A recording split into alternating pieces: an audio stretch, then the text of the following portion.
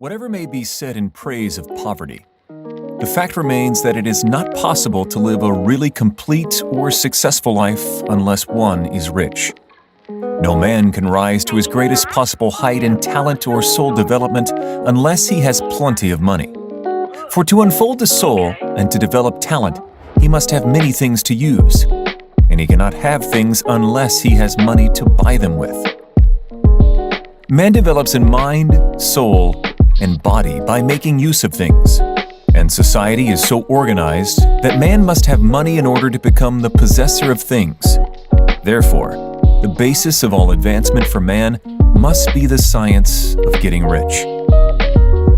The object of all life is development, and everything that lives has an inalienable right to all the development it is capable of attaining. Man's right to life means his right to have the free and unrestricted use of all the things which may be necessary to his fullest mental, spiritual, and physical unfoldment, or, in other words, his right to be rich.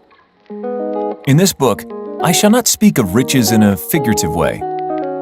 To be really rich does not mean to be satisfied or contented with a little.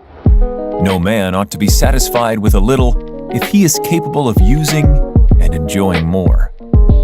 The purpose of nature is the advancement and unfoldment of life, and every man should have all that can contribute to the power, elegance, beauty, and richness of life.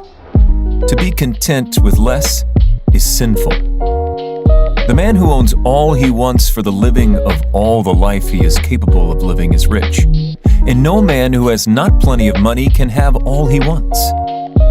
Life has advanced so far and become so complex that even the most ordinary man or woman requires a great amount of wealth in order to live in a manner that even approaches completeness.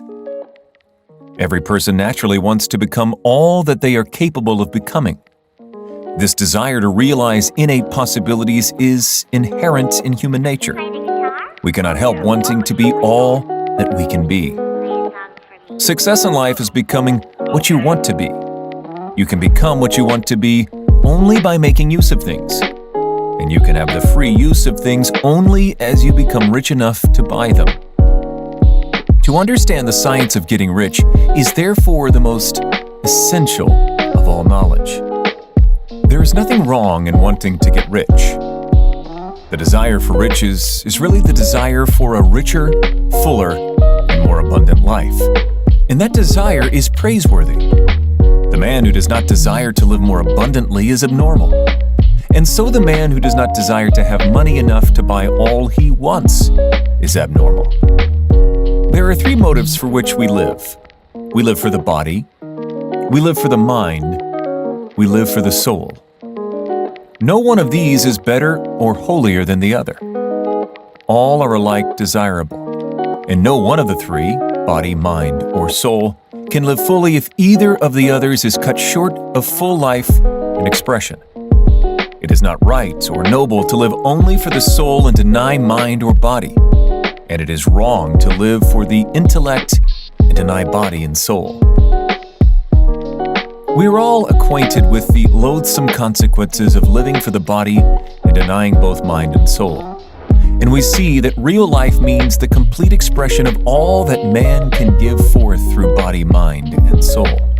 Whatever he can say, no man can be really happy or satisfied unless his body is living fully in every function, and unless the same is true of his mind and his soul. Wherever there is unexpressed possibility, or function not performed, there is unsatisfied desire. Desire is possibility-seeking expression, or function-seeking performance. Man cannot live fully in body without good food, comfortable clothing, and warm shelter, and without freedom from excessive toil. Rest and recreation are also necessary to his physical life. He cannot live fully in mind without books and time to study them, without opportunity for travel and observation, or without intellectual companionship. To live fully in mind, he must have intellectual recreations, and must surround himself with all the objects of art and beauty he is capable of using and appreciating. To live fully in soul, man must have love, and love is denied fullest expression by poverty. Man's highest happiness is found in the bestowal of benefits on those he loves. Love finds its most natural and spontaneous expression in giving. The man who has nothing to give cannot fill his place as a husband or father, as a citizen, or as a man.